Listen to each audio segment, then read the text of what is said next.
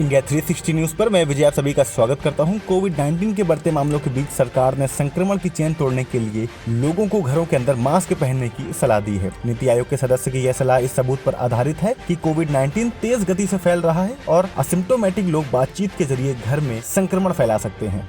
और इसी के साथ में पंजाब के मुख्यमंत्री कैप्टन अमरिंदर सिंह ने ट्वीट किया है कि कोविड-19 के बढ़ते मामलों के कारण पंजाब में ऑक्सीजन की सप्लाई बहुत ज्यादा गंभीर स्थिति में है। उन्होंने केंद्रीय गृह मंत्री अमित शाह व स्वास्थ्य मंत्री डॉक्टर हर्षवर्धन से ऑक्सीजन का दैनिक कोटा तत्काल बढ़ाने और पंजाब को आवंटित तरल मैन्युफैक्चरिंग ऑक्सीजन की आपूर्ति सुनिश्चित करने का अनुरोध किया है। पंजाब के मुख्यमंत्री कैप्टन अमरिंदर सिंह ने साथ ही साथ यह भी सोमवार को ऐलान किया कि कोविड-19 के बढ़ते मामलों के मद्देनजर अगले आदेश तक प्रतिदिन शाम 6 बजे से सुबह 5 बजे तक लॉकडाउन रहेगा। वहीं शुक्रवार शाम 6 बजे से सोमवार सुबह 5 बजे तक वीकेंड लॉकडाउन रहेगा। और मुख्यमंत्री अमरिंदर ने ट्वीट करके कहा कि सभी लोग घर पर रहें, जरूरी हो तभी बाहर निकलें। और केरल में कोविड-19 संक्रमण की रोकथाम के लिए 27 अप्रैल से नए प्रतिबंध लागू किए जाएंगे। नए दिशा निर्देशों के अनुसार सिनेमा हॉल, जिम, मॉल और बार अगले आदेश तक बंद रहेंगे, जबकि शनिवार और रविवार को सिर्फ जरूरी और इमरजेंसी सेवाओं की अनुमति होगी। वहीं शादियों में अधिकतम 50 लोगों को उपस्थित रहने की अनुमति दी गई है।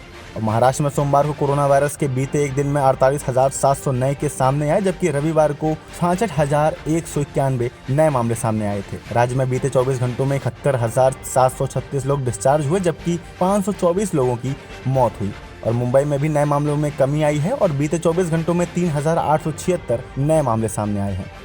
और सरकार ने कोविड-19 को लेकर हुए एक अध्ययन के बारे में सोमवार को बताया कि अगर सोशल डिस्टेंसिंग का पालन ना हो तो एक व्यक्ति 30 दिनों में 406 लोगों को कोविड-19 से संक्रमित कर सकता है। स्वास्थ्य मंत्रालय के संयुक्त सचिव लव अग्रवाल ने कहा कि अगर हम मिलना जुलना 50% तक कम कर दें तो 15 लोग संक्रमित होते हैं।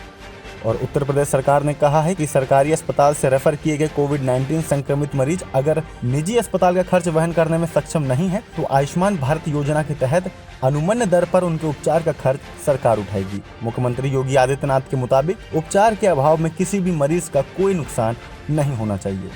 और आरबीआई ने कहा है कि कोविड-19 के मामलों में हालिया वृद्धि के बावजूद भारत में आर्थिक गतिविधियां ठीक चल रही हैं। हालांकि आरबीआई ने यह भी कहा कि बढ़ते मामलों से लंबे प्रतिबंध और मुद्रास्फीति दबाव बढ़ने का खतरा है। और आरबीआई के मुताबिक स्वास्थ्य ढांचे को मजबूत कर और कोविड-19 संबंधी निर्देशों का पालन करके ही आगे बढ़ा जा सकता है।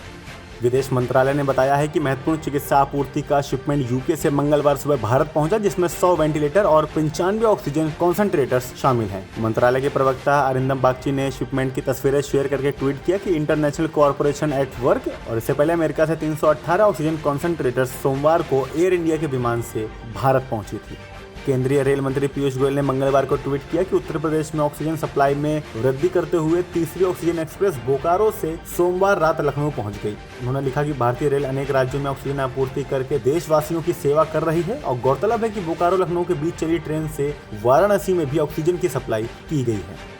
और देश में कोविड-19 मामलों के दैनिक आंकड़ों में मंगलवार को कमी दर्ज की गई और पिछले 24 घंटों के भीतर 3,23,144 नए मामले रिपोर्ट हुए। देश में लगातार छठे दिन 3 लाख से अधिक नए केस मिले और 2,771 नई कोविड-19 की मौतें दर्ज की गई। और फिलहाल देश में अभी भी सक्रिय मामले 28,82,204 हैं। चीन की सरकारी सिचुआन एयरलाइंस ने 15 दिनों के लिए अपनी सभी कार्गो फ्लाइट्स भारत के लिए निलंबित कर दी है, जिसके कारण चीन से ऑक्सीजन कॉन्सेंट्रेटर्स और कोविड-19 से जुड़ी अन्य मेडिकल आपूर्ति में अड़चन आई है। एयरलाइंस ने भारत में कोविड-19 की स्थिति का हवाला दिया है और इससे पहले चीन ने भारत की मदद की बात की थी। और इसी के साथ में कोविड-19 संकट पर जो बाइडेन ने कहा है कि भारत ने हमारी मदद की थी, अब हम उनकी मदद करेंगे। यह बात उन्होंने ट्वीट के जरिए बताई है। उन्होंने यह भी लिखा कि भारत ने हमारी मदद की थी और इसी में व्हाइट हाउस के एक अधिकारी ने कहा है कि वह गर्मजोशी भरी और सकारात्मक बातचीत थी। ब्लूमबर्ग और एएफपी की रिपोर्ट्स है कि भारत में बढ़ते कोविड-19 मामलों के बीच अमीर भारतीय यूके व पश्चिम एशिया जाने के लिए अंतिम मिनट्स की फ्लाइट्स और प्राइवेट जेट्स पर लाखों रुपए खर्च कर रहे हैं। और दिल्ली आधारित एक प्राइवेट जेट फर्म के सीईओ ने कहा कि जो निजी जेट का खर्च उठा सकते हैं वह जेट ले रहे हैं।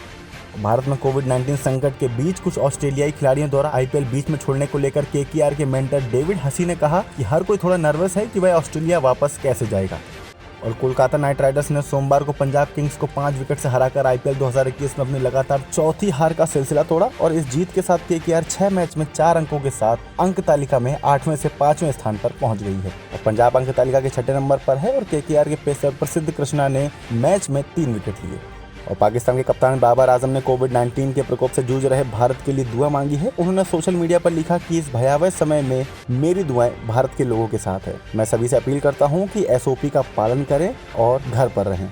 और भारत में कोविड-19 की दूसरी लहर के बीच IPL छोड़कर ऑस्ट्रेलिया लौटने वाले राजस्थान रॉयल के पेसर एंड्रू टॉय ने कहा है कि खिलाड़ियों की सुरक्षा के दृष्टिकोण से हम सुरक्षित हैं, लेकिन क्या यह सुरक्षित रहने वाला है? उन्होंने यह भी कहा कि भारतीय दृष्टिकोण से कंपनियां व फ्रेंचाइजी और सरकार IPL पर इतने पैसे खर्च कर रही है जब लोगों को अस्पताल नहीं मिल रहे। और इसी के साथ में अभिनेत्री पूजा हेगड़े कोविड-19 से हुई संक्रमित, घर में खुद को किया है क्वारंटीन। उन्होंने इसकी जानकारी सोशल मीडिया पर दी है और उन्होंने यह भी लिखा कि मैं सभी प्रोटोकॉल का पालन करते हुए घर में आइसोलेट हो गई हूँ। हाल ही में मेरे संपर्क में आए लोगों से अपील है कि वे अपनी जांच करवा लें। पूजा ने आगे यह भी कहा कि मैं स्वस्थ हो रही हूँ और कृपया आप सभी घर पर रहें।